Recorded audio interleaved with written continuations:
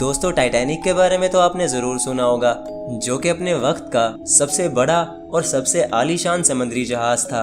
Titanic को बनाने वालों ने ये दावा किया था कि ये जहाज कभी डूब ही नहीं सकता, लेकिन फिर होता कुछ ऐसा है कि टाइटैनिक अपने पहले सफर में ही डूब जाता है। यानी जिसे बनने में 3 साल लग गए थे, उसे डूबने में 3 घंटे भी ना लगे। और टाइटैनिक आज भी दुनिया के सबसे गहरे समुद्रों में से एक यानी अटलांटिक ओशन की गहराई में मौजूद है। और जहां टाइटैनिक इस वक्त मौजूद है, उस गहराई को कहा जाता है मिडनाइट जोन। और मिडनाइट जोन समंदर की वो जगह है जहां सूरज की रोशनी भी नहीं पहुंच पाती। यानी टाइटैनिक अटलांटिक ओशन के उस हिस्से में है जहां बिल्कुल अंधेरा है। तो जी हाँ दोस्तों, आज की ये वीडियो टाइटैनिक को स्टडी करके बनाई गई है। इस वीडियो में हम टाइटैनिक के बनने से लेकर टाइटैनिक के डूबने तक की मुकम्मल कहानी को डिटेल से डिस्कस करेंगे। तो वीडियो बहुत ज़्यादा इंटरेस्टिंग होगा, इसीलिए इसको एंड तक देखते रहें। दोस्तों टाइटैनिक की शुरुआत सन 1909 में हुई थी। 13 मार्च 1909 को टाइटैनिक की कंस्ट्रक्शन शुरू हो गई थी और फिर ठीक 3 साल के बाद यानी 13 मार्च 1912 में टाइटैनिक की कंस्ट्रक्शन कंप्लीट हो गई। टाइटैनिक पर उस वक्त मुकम्मल खर्चा $7.5 मिलियन आया था, जो कि आज 2023 में $300 मिलियन से भी ज्यादा बनता है। टाइटैनिक अपने वक्त का सबसे बड़ा और सबसे लग्जरियस समुद्री जहाज था और ये 1912 में इंसान के हाथ से बनाई गई सबसे बड़ी मूविंग ऑब्जेक्ट था। टाइटैनिक के साइज का अंदाजा आप इसके प्रोपेलर यानी इसके नीचे के पंखे से लगा सकते हैं। टाइटैनिक के नीचे 3 बड़े प्रोपेलर्स थे, जिनका साइज इंसान से भी 3 गुना ज्यादा था। अब एक पंखा इतना बड़ा हो सकता है तो सोचो पूरा टाइटैनिक कितना बड़ा होगा। और दोस्तों मजे की बात यह है कि जिस वक्त टाइटैनिक बना उस वक्त कोई भी 3D डिजाइनिंग नहीं हुआ करती थी। यानी टाइटैनिक को इंसान ने अपने हाथों से बनाकर डिजाइन किया था। और एक अंदाजे के मुताबिक टाइटैनिक को बनाने में लगभग 15,000 वर्कर्स लग गए थे। अब ना जाने हजारों वर्कर्स की इतनी बड़ी कम्युनिटी को कंपनीज आखिर कैसे हैंडल कर लेती होंगी। दोस्तों टाइटैनिक का पूरा नाम RMS टाइटैनिक था, जिसको व्हाइट स्टार लाइन कंपनी ने बनाया था। तो RMS टाइटैनिक उस वक्त का सबसे बड़ा समुद्री जहाज तो जरूर था, लेकिन दोस्तों ये अकेला सबसे बड़ा नहीं था। व्हाइट स्टार लाइन ने टाइटैनिक के जैसे 2 जहाज और भी बनाए थे, RMS ब्राइटैनिक और RMS ओलंपिक। इन दोनों जहाज़ों का साइज भी टाइटैनिक के ही जितना था। तो अब सवाल ये उठता है कि आखिर टाइटैनिक को ही सबसे बड़ा क्यों समझा जाता था। तो दोस्तों इसका ये रीज़न था कि टाइटैनिक तीनों जहाज़ों में सबसे ज़्यादा लग्जरी था और अपने बहुत ही ज़्यादा फीचर्स होने की वजह से सबसे आलीशान और सबसे बड़ा जहाज समझा जाता था। टाइटैनिक के अंदर प्राइवेट स्विमिंग पूल से लेकर टर्किश बाथ भी मौजूद थे। इसके अलावा smoke rooms, cafes, personal gyms और रिफ्रेशमेंट रूम्स के अलावा ना जाने और भी क्या कुछ था। दोस्तों जब टाइटैनिक बना तो उसको ख्वाबों का जहाज कहा जाने लगा, क्योंकि उसमें वो सब कुछ था जो कि हमें बड़े बड़े रेस्टोरेंट्स में भी देखने को नहीं मिलता। और जब टाइटैनिक बना तो बहुत से लोगों को टाइटैनिक पर सफर करने की एक्साइटमेंट होने लगी। सब लोग यही कोशिश कर रहे थे कि किसी तरह उन्हें टाइटैनिक का टिकट मिल जाए, लेकिन कोई भी ये नहीं जानता था कि वो टाइटैनिक का टिकट नहीं बल्कि अपने लिए मौत खरीद रहे हैं। सबको लगता था कि टाइटैनिक कभी डूब ही नहीं सकता, क्योंकि टाइटैनिक को बनाने वालों ने लोगों का यकीन जीतने के लिए ये दावे करना शुरू कर दिए थे कि टाइटैनिक अनसिंकेबल है, यानी ये कभी डूब ही नहीं सकता। और व्हाइट स्टार लाइन के इन्हीं दावों की वजह से लोगों ने धड़ाधड़ टाइटैनिक की टिकट्स खरीदना शुरू कर दी। दोस्तों टाइटैनिक के बनने के अगले महीने ही टाइटैनिक अपने पहले सफर की तरफ निकलता है। टाइटैनिक का पहला सफर साउथहैम्पटन इंग्लैंड से न्यूयॉर्क की तरफ था और टाइटैनिक के अंदर कुल मिलाकर 2224 लोग थे, जिनमें 1317 पैसेंजर थे और 907 टाइटैनिक के क्रू मेंबर्स थे जो कि टाइटैनिक पर काम करते थे।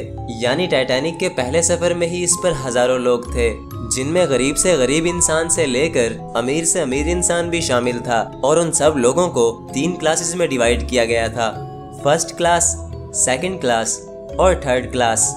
यानी टाइटैनिक पर जो सबसे कम दर्जे के लोग थे या फिर जिन्होंने सबसे सस्ता टिकट खरीदा था, उन्हें थर्ड क्लास पैसेंजर्स कहा जाता था। इसी तरह सेकंड क्लास पैसेंजर्स वो लोग थे जिन्होंने थोड़ा महंगे वाला टिकट लिया था, और जो बहुत ही रईस घरानों से थे यानी जिन्होंने सबसे महंगा वाला टिकट खरीदा था, उन्हें कहा जाता था फर्स्ट क्लास पैसेंजर्स। और जो जितना महंगा टिकट खरीदता था उसे उतना ही ज्यादा प्रोटोकॉल दिया जाता था।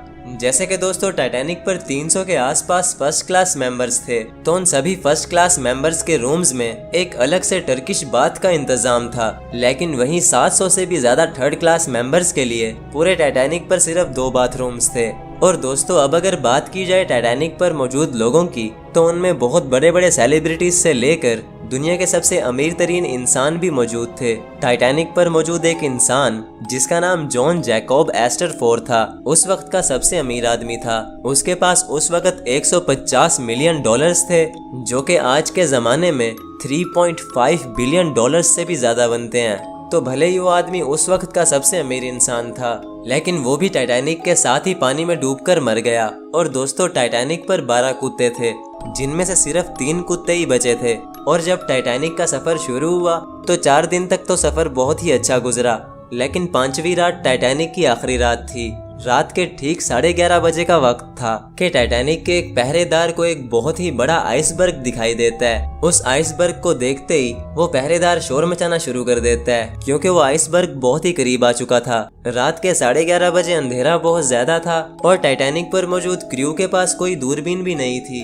इसीलिए वो आइसबर्ग दूर से दिखाई नहीं दिया। अब आप सोच रहे होंगे कि आखिर ऐसा कैसे हो सकता है, भला इतने बड़े जहाज पर आखिर एक दूरबीन कैसे नहीं थी? तो दोस्तों इसका जवाब है कि टाइटैनिक पर दरअसल दूरबीन और टेलीस्कोप सब मौजूद थे, लेकिन जिस रूम में वो सब मौजूद थे उस रूम की चाबी शायद क्रू से गुम हो गई थी, और यही उनकी सबसे बड़ी गलती थी। उनको शायद बिल्कुल भी अंदाजा नहीं था कि उनकी इस गलती का आखिर क्या अंजाम होने वाला है। जब क्रू ने उस आइसबर्ग को देखा तो सभी क्रू मेंबर्स में भगदड़ मच गई। उन्होंने टाइटैनिक का इंजन फौरन रिवर्स किया और टाइटैनिक को घुमाना शुरू कर दिया, लेकिन बदकिस्मती से टाइटैनिक की स्पीड बहुत ज्यादा थी और वो आइसबर्ग भी बहुत करीब आ चुका था, जिसकी वजह से टाइटैनिक अपनी राइट साइड से उस आइसबर्ग से बहुत जोर से टकरा गया। और वो आइसबर्ग इतना बड़ा था कि उसके टकराने से टाइटैनिक के बहुत से कंपार्टमेंट्स को अच्छा खासा डैमेज हुआ, जिससे टाइटैनिक में पानी भरना शुरू हो गया। शुरुआत के कुछ टाइम तक तो लोगों को यही लग रहा था कि वो बच गए, क्योंकि टाइटैनिक के सेफ्टी फीचर्स उस वक्त के बहुत ही एडवांस फीचर्स थे।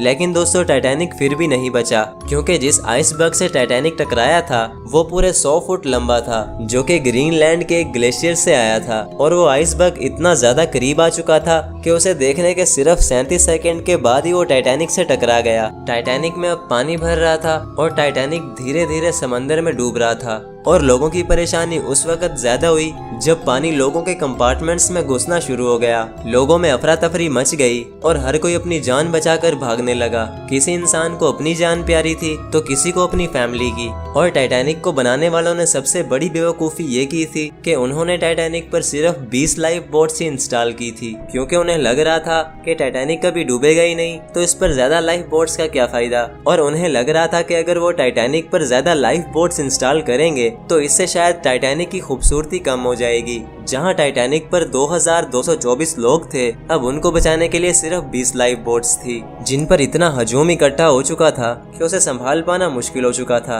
और दोस्तों जब टाइटैनिक डूब रहा था तो बहुत से कमजोर दिल वाले लोगों को हार्ट अटैक आ गया था, जिससे उनकी मौत हो गई थी। और जहां टाइटैनिक पर लोग अपनी जान बचाने में लगे थे, वहीं टाइटैनिक पर 35 इंजीनियरिंग स्टाफ मौजूद थे, जो कि टाइटैनिक के इंजन्स को ऑन रखने की कोशिश कर रहे थे ताकि लोग बच सकें। लेकिन बहुत ही अफसोस के साथ उन 35 स्टाफ्स में से एक भी इंजीनियर जिंदा नहीं बचा। और जो लोग टाइटैनिक से बचकर वापस आए तो उन्होंने बताया कि टाइटैनिक पर एक क्रिश्चियन फादर भी थे, जिनका नाम फादर बाइल्स था। उन्होंने लाइफ बोट पर जाने से इनकार कर दिया और टाइटैनिक पर रुककर मरते हुए लोगों के लिए दुआ करने लगे। उनकी मौत भी टाइटैनिक पर हुई और उनकी लाश आज तक नहीं मिली। टाइटैनिक पर 1500 लोगों की मौत हुई थी, जिनमें से सिर्फ 337 लोगों की लाशें मिली। बाकी लोग कहाँ गए ये कोई नहीं जानता। और दोस्तों जब टाइटैनिक डूब रहा था तो कुछ म्यूजिशियंस टाइटैनिक पर म्यूजिक प्ले कर रहे थे ताकि वो लोगों को डूबने के डर से दूर कर सकें। वो सब म्यूजिशियंस भी डूबकर मर गए और अपनी बहादुरी की वजह से जाने गए। और दोस्तों टाइटैनिक पर एक जापानी आदमी था जिसका नाम मैसाबुमी होसोनो था। वो टाइटैनिक पर अकेला ऐसा इंसान था जो कि जापान से था। मैसाबुमी टाइटैनिक के डूबने के हादसे से बच गया था और अपने कंट्री यानी जापान वापस गया। लेकिन जैसे ही वो जापान वापस गया तो जापान के लोगों ने उसे जलील करना शुरू कर दिया। उन्होंने बोला कि जब इतने लोग मर गए तो ये वापस क्यों आया, इसे भी उन लोगों के साथ ही मरना चाहिए था। जापान के रूल्स के मुताबिक उसने बहुत ही शर्मनाक काम किया था और उस पर पेपर्स भी पब्लिश किए गए जिनमें उसे बेशरम करार दिया गया। और फिर सारी जिंदगी मैसाबुमी और उसकी फैमिली को लोगों के सामने शर्मनाक होना पड़ा। पड़ा। अब पता नहीं जापान में ये कैसा अजीब सा रूल है। शुक्र है कि हम एशियंस हैं और हमारे ऊपर ऐसे कोई भी अजीब से रूल नहीं है। और दोस्तों टाइटैनिक पर एक कपल भी था जिसकी स्टोरी बहुत ही इंटरेस्टिंग है।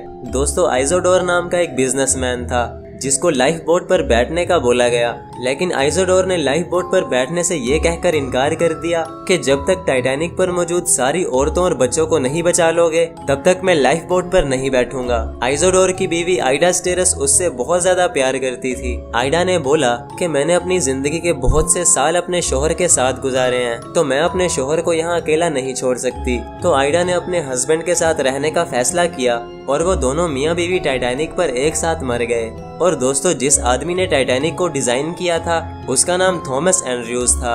उसको आखिरी बार तब देखा गया जब वो लोगों को बचाने के लिए अटलांटिक ओशन में कुर्सियां फेंक रहा था। ऐसा माना जाता है कि वो भी टाइटैनिक के साथ डूबकर मर गया। और दोस्तों ऐसा नहीं है कि टाइटैनिक के क्रू को आइसबर्ग्स के बारे में पता नहीं था, बल्कि अपने 4 दिन के इस सफर में टाइटैनिक को आइसबर्ग्स की 6 वार्निंग्स मिली थी। लेकिन पता नहीं लोग टाइटैनिक को क्या समझकर बैठ गए थे। उन्हें लग रहा था कि टाइटैनिक कभी डूबेगा ही नहीं, तो उन्होंने किसी भी वार्निंग पर ध्यान नहीं दिया। और दोस्तों जो लोग टाइटैनिक से बचकर वापस आए थे तो उन्होंने बताया था कि वो मंजर बहुत ही खौफनाक था जब हजारों लोग अपनी जान की भीख मांग रहे थे। और टाइटैनिक के डूबने का ये नजारा वाकई बहुत ही भयानक था, क्योंकि टाइटैनिक को अब तक का सबसे बड़ा सी डिजास्टर यानी सबसे बड़ी समुद्री तबाही समझा जाता है। टाइटैनिक की इस बहुत बड़ी नाकामी के बाद पूरी दुनिया की शिप कंपनीज ने अपनी सेफ्टी को इम्प्रूव करना शुरू कर दिया और उन्होंने ये कोशिश करना शुरू कर दी कि वो ऐसी गलती कभी ना करें जो गलती टाइटैनिक ने की थी।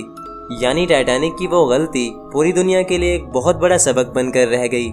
और दोस्तों जिस वक्त टाइटैनिक डूबा था उस वक्त अटलांटिक ओशन के पानी का टेम्परेचर -2 डिग्री सेल्सियस था, जो कि बर्फ से भी ज्यादा ठंडा था। अब इमेजिन करो कि आपको रात के 2 बजे बर्फ जैसे ठंडे पानी से नहाना पड़ेगा। आप इमेजिन भी नहीं कर सकते, क्योंकि आपको ऐसा सोचकर भी डर लगेगा। तो जरा सोचो कि नीचे अटलांटिक ओशन और ऊपर हर तरफ मौत का शोर देखकर उन लोगों की क्या हालत हुई होगी।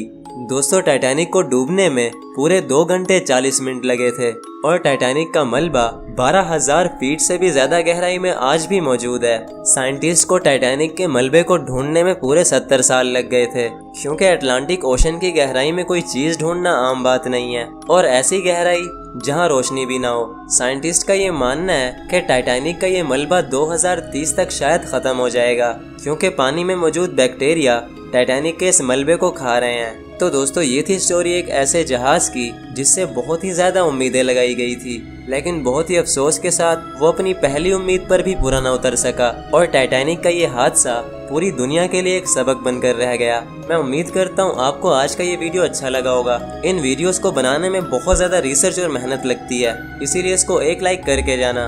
और टाइटैनिक की स्टोरी से आपको क्या सबक मिला ये कमेंट करके जरूर बताना। जिसके कमेंट पर सबसे ज्यादा लाइक आएंगे मैं उसके कमेंट को पिन करूंगा। तो फिर मिलते हैं किसी नेक्स्ट वीडियो में, तब तक के लिए अल्लाह हाफिज।